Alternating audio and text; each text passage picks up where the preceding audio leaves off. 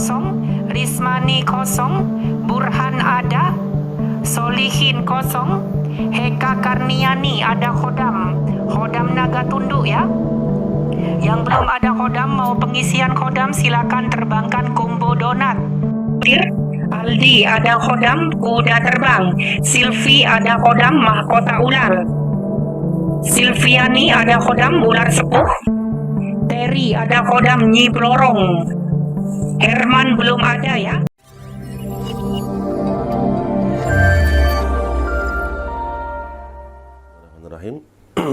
Assalamualaikum warahmatullahi wabarakatuh. Alhamdulillah, assalatu wassalamu ala rasulillah wa ala alihi wa sahbihi wa mawala. Sahabat ngaji dirahmati Allah subhanahu wa ta'ala, akhir-akhir ini viral di TikTok tentang cek khodam.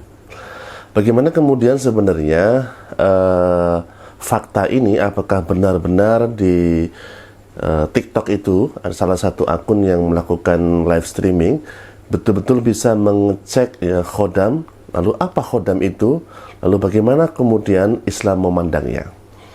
Sahabat ngaji yang dirahmati Allah subhanahu wa ta'ala, khodam ini berasal dari bahasa Arab teman-teman semuanya, yang artinya adalah pembantu. Kalau dalam bahasa Jawa biasanya digunakan istilah perewangan begitu.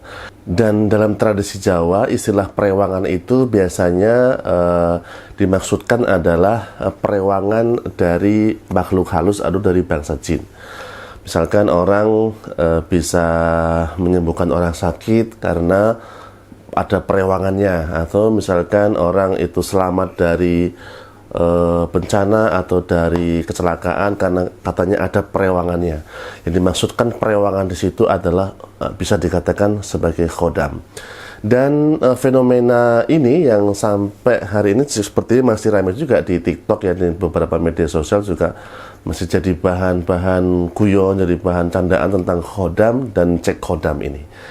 Teman-teman semuanya dirahmati Allah subhanahu wa ta'ala, ada saya menemukan video beberapa hari yang lalu gitu ya, yaitu kaitannya dengan fakta cek khodam ini. Dan saya lihat di situ salah satu televisi atau stasiun televisi Indonesia di Indonesia itu mengangkat tema ini, kemudian mengundang salah satu ustadz praktisi ruqyah ya. Di situ ada Ustadz Muhammad Faizar kalau nggak salah. Disebutkan bahwa menurut Ustadz Faizar ini ternyata beliau juga update ya, beliau juga melakukan riset juga ternyata terkait dengan live cek khodam ini.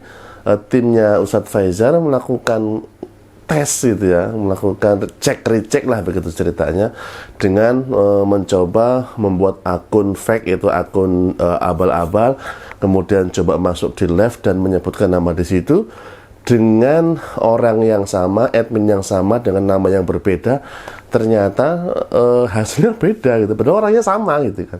Nah, ini membuktikan bahwa ternyata memang yang cek khodam yang ada di TikTok itu mungkin hanya ya konten atau hanya sekedar tebak-tebakan dan sebagainya.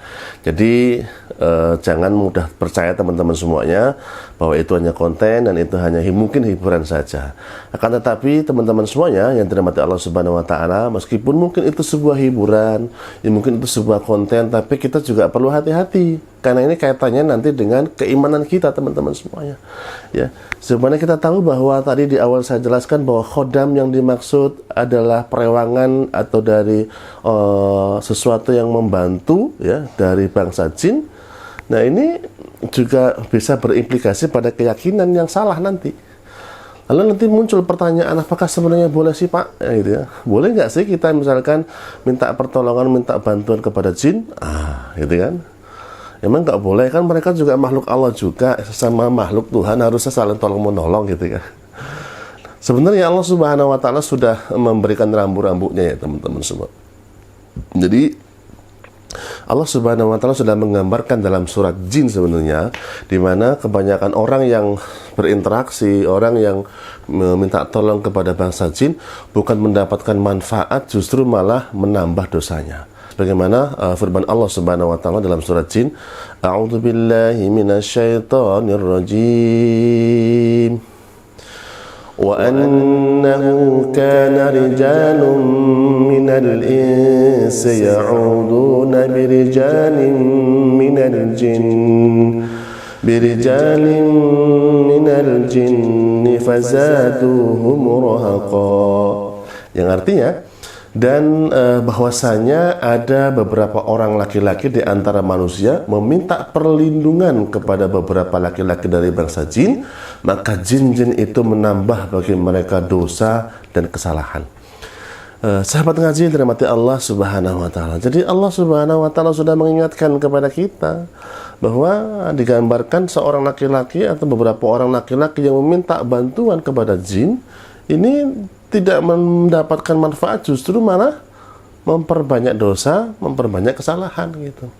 Lalu bagaimana pertanyaan dengan Nabi Sulaiman? Bukankah Nabi Sulaiman juga dulu pernah berinteraksi atau meminta bantuan gitu bahasanya kepada jin?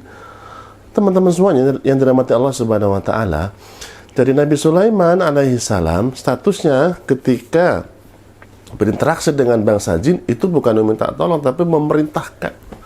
Memerintahkan artinya dengan kekuasaan yang Allah berikan kepada Nabi Sulaiman, yaitu memerintahkan kepada jin dari bangsa jin, ya begitu.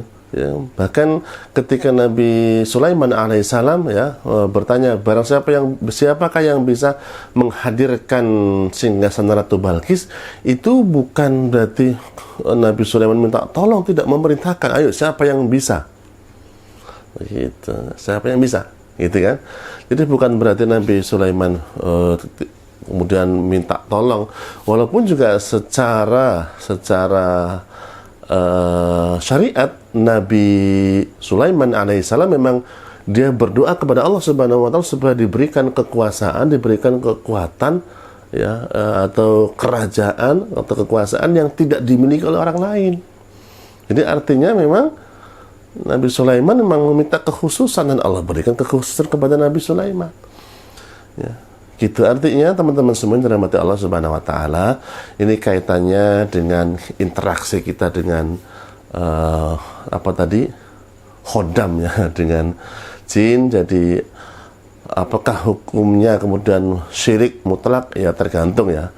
Kalau misalkan meminta tolong, kemudian terus berinteraksi dan meyakini bahwa ternyata jin bisa memberikan manfaat dan mudarat, ini bisa terjerumus kepada kesyirikan. Dan Allah sudah mengingatkan loh ya, Allah sudah mengingatkan bahwa dengan berinteraksi, dengan meminta tolong kepada jin, justru bukan mendapat manfaat, bukan mendapatkan pahala, justru mendapatkan dosa, begitu.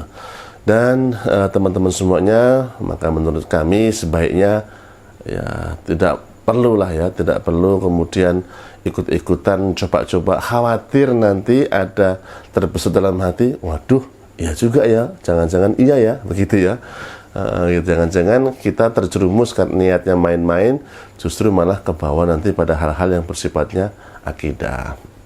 Mohon maaf jika ada hal-hal yang kurang berkenan dan menyinggung. Alafu minkum wallahul muwaffiq ila aqwamit thoriq. Assalamualaikum warahmatullahi wabarakatuh.